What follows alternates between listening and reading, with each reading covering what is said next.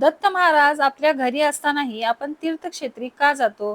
स्वामी आपल्या घरामध्ये आहेत, तरी सुद्धा आपण मंदिरामध्ये, मठामध्ये का जातो? तर या तुमच्या मनातील प्रश्नांचं उत्तर आजच्या या व्हिडिओमध्ये मी तुम्हाला सांगणार आहे.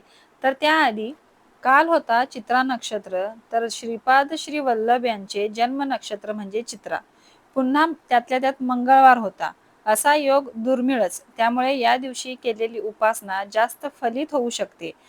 या दिवशी स्वामींची सेवा करणे, स्वामींचा अभिषेक करणे, स्वामींना हिना अत्तर, हिना अगरबत्ती, उदबत्ती वगैरे लावून स्वामींचा आवडता नैवेद्य स्वामींना अर्पण करायचा आणि या दिवशी दिगंबरा दिगंबरा श्रीपाद वल्लभ दिगंबरा या मंत्राचा जप करावा किंवा एखाद्या दत्त महाराजांच्या स्तोत्राचा जप आपण या दिवशी करू शकतो.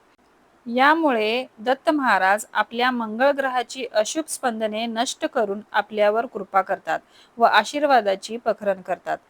तर या दिवशी मीही काही माझ्याकडून जमेल तशी यथाशक्ती मी सेवा स्वामींची केलेली आहे. तर तीच पूजा, तीच सेवा मी आज तुमच्याबरोबर शेअर करणार आहे आणि त्याचबरोबर आपल्या घरामध्ये जर दत्त महाराज असतील देवघरामध्ये, तर आपण तीर्थस्थानाला का भेट द्यावी? म्हणजे तिथे जाऊन दत्त महाराजांचे दर्शन घेणे आवश्यक आहे का? याचं उत्तर मी तुम्हाला आजच्या या व्हिडिओमध्ये सांगणार आहे. तर व्हिडिओ स्किप न करता व्हिडिओ पूर्णपणे बघा.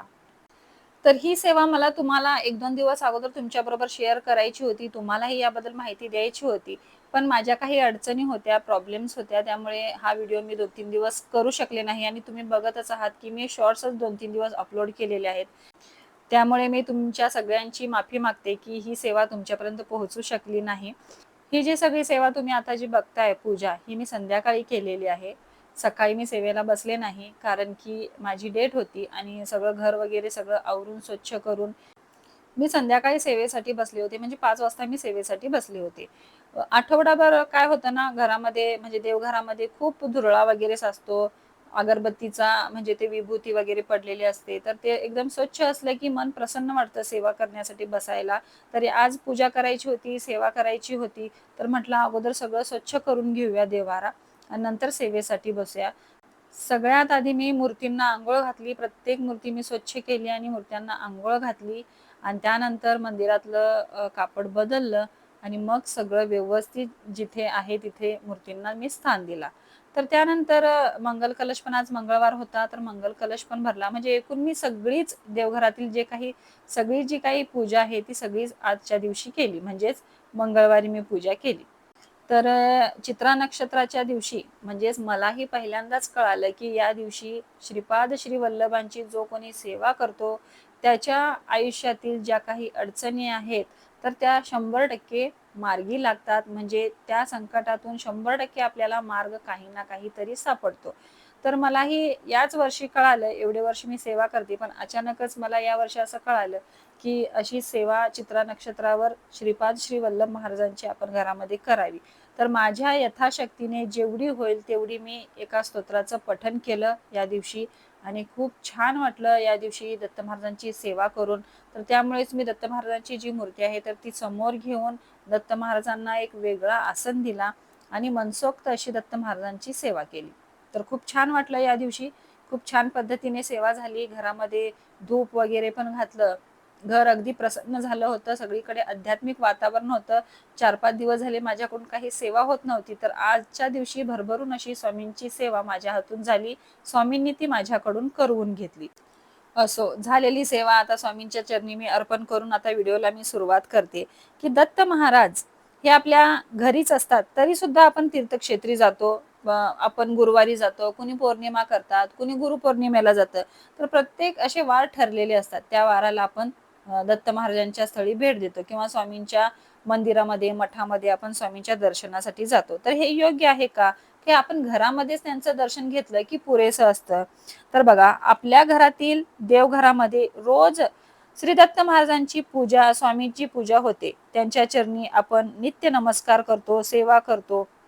मग एक प्रश्न अनेकांच्या मनात येतो, जर दत्त महाराज आपल्या घरातच असतील, तर गाणगापूर, नृसिंहवाडी, औदुंबर किंवा कुरवपूरला जाण्याची काय गरज? या प्रश्नाचे उत्तर स्वतः श्री गुरुचरित्र आपल्याला देतात. श्री गुरुचरित्रामध्येच या प्रश्नाचं उत्तर आहे. नृसिंह सरस्वती महाराजांनी अनेक भक्तांच्या घरी प्रत्यक्ष जाऊन त्यांना दर्शन दिले. साईदेवाचे घर, शिरोळच्या ब्राह्मणाचे घर अमरापुरातील घेवड्याच्या वेलीचे स्थान, गाणगापुरातील महिषी दोहन करणाऱ्या भक्ताचे घर आणि दीपावलीच्या दिवशी 7 भक्तांची घरे, ज्या ज्या भूमीवर श्री गुरूंचे चरण पडले त्या त्या ठिकाणाचे पुढे तीर्थक्षेत्रामध्ये रूपांतर झाले. आजही त्या स्थानावर भक्तिभावाने पूजा अर्चा केली जाते. मग प्रश्न असा उरतो आपल्या मनामध्ये की त्या पवित्र स्थानावर राहणारे लोक गाणगापूर किंवा नृसिंहवाडीला जात नाहीत का? तर अवश्य जातात. कारण परमात्मा सर्वत्र असला तरी काही स्थाने त्यांच्या विशेष कृपेने जागृत असतात. घरातील दत्तमूर्ती किंवा तीर्थक्षेत्रातील दत्त महाराज हे वेगळे नाहीत, पण स्थान महात्म्यामुळे त्या भूमीत साधना अधिक फलदायी ठरते. याच सत्याची अनुभूती देण्यासाठी श्री गुरूंनी गुरुचरित्रात तंतुकाचा अद्भुत प्रसंग सांगितला आहे.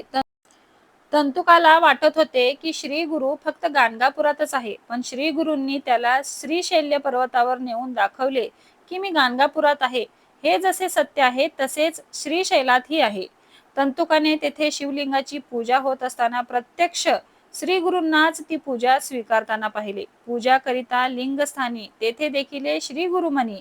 यातून श्री गुरूंनी शिकवले की परमात्मा एका ठिकाणी मर्यादित नसतो. भक्तिभाव जिथे असतो तिथे तो स्वतः प्रकट होतो. म्हणूनच प्रश्न असा नसावा की नृसिंहवाडीला कधी जावे, तर प्रश्न असा असावा की दत्त महाराजांच्या दर्शनासाठी कोणता दिवस अयोग्य आहे का? गुरुपौर्णिमा असो, गुरुद्वादशी असो, कृष्णवेणी उत्सव असो किंवा एखादा साधा गुरुवार असो, प्रत्येक क्षण, प्रत्येक दिवस, प्रत्येक मुहूर्त हा श्री गुरूंच्या दर्शनासाठीच पवित्र असतो. आपण आई वडिलांना भेटायला जाताना तिथी, वार, मुहूर्त पाहत नाही. मग जगातील सर्व नात्यांचे मूळ असलेल्या सद्गुरूंना भेटण्यासाठी दिवस का पाहायचा? भक्तांच्या अंतकरणात जितकी तळमळ तितकी गुरुकृपा. दत्त महात्म्यात एक अत्यंत सुंदर वचन आहे. अनेक देह सुटले जरी, कल्पाचे कल्प लोटले तरी, जो जीवल गंतरी आम्हा क्षणभरी न विसंबे. कितीही जन्म झाले, कितीही युगे लोटली, पण जो भक्त अंतकरणातून श्री दत्तांना विसरत नाही त्याला दत्त महाराज ही कधी विसरत नाहीत. हीच दत्त भक्तीची खरी ओळख आहे. आता तुमच्या मनामध्ये जेव्हा जेव्हा गुरुदर्शनासाठी जाण्यासाठी तुमच्या मनामध्ये प्रश्न येईल तेव्हा हाच विचार करायचा की आपण आपल्या आई वडिलांना भेटण्यासाठी जेव्हा जातो तेव्हा मुहूर्त, वेळ, तिथी याचा विचार आपण करतो का? मनात आलं भेटायचं की आपण उठतो आणि भेटायला जातो. तर अशा पद्धतीने जे आपले सद्गुरू आहेत, जे आपले गुरु आहेत, जे जगाचे सद्गुरू आहेत, तर त्यांना भेटण्यासाठी कशाला आपल्याला मुहूर्त, वेळ आणि तिथी हवी? तर जेव्हा तुमची इच्छा होईल तेव्हा तुम्ही जाऊन दर्शन घेऊ शकता. आणि जे तीर्थक्षेत्र आहेत आपल्या महाराष्ट्रामध्ये, आपल्या दत्त महाराजांचे म्हणा किंवा इतर कोणत्याही देवतांचे म्हणा, तर त्यांची एक वेगळीच महती आहे, एक वेगळंच पावित्र्य आहे. तिथे जर तुम्ही गेला तर एक वेगळ्याच प्रकारची ऊर्जा तुम्हाला तिथे जाणवते आणि तिथे केलेली साधना, उपासना, जप ही अनंत फलदायी आपल्याला ठरू शकते. त्यामुळे तिथे एक वेगळं चैतन्य असते. तर नक्कीच आपण तीर्थक्षेत्री जाऊन दत्त महाराजांचं दर्शन घ्यावं, तिथं थोडा वेळ बसावं आणि तिथली जी स्पंदन आहे तर त्या स्पंदनांचा आपण अनुभव करावा. तर आजचा व्हिडिओ तुम्हाला कसा वाटला, आजची माहिती तुम्हाला कशी वाटली, नक्की कमेंट करा. व्हिडिओ आवडला असेल तर चॅनलला लाईक, शेअर आणि सबस्क्राईब करा. पुन्हा भेटूया नवीन एका व्हिडिओमध्ये. तोपर्यंत सर्वांना श्री स्वामी समर्थ.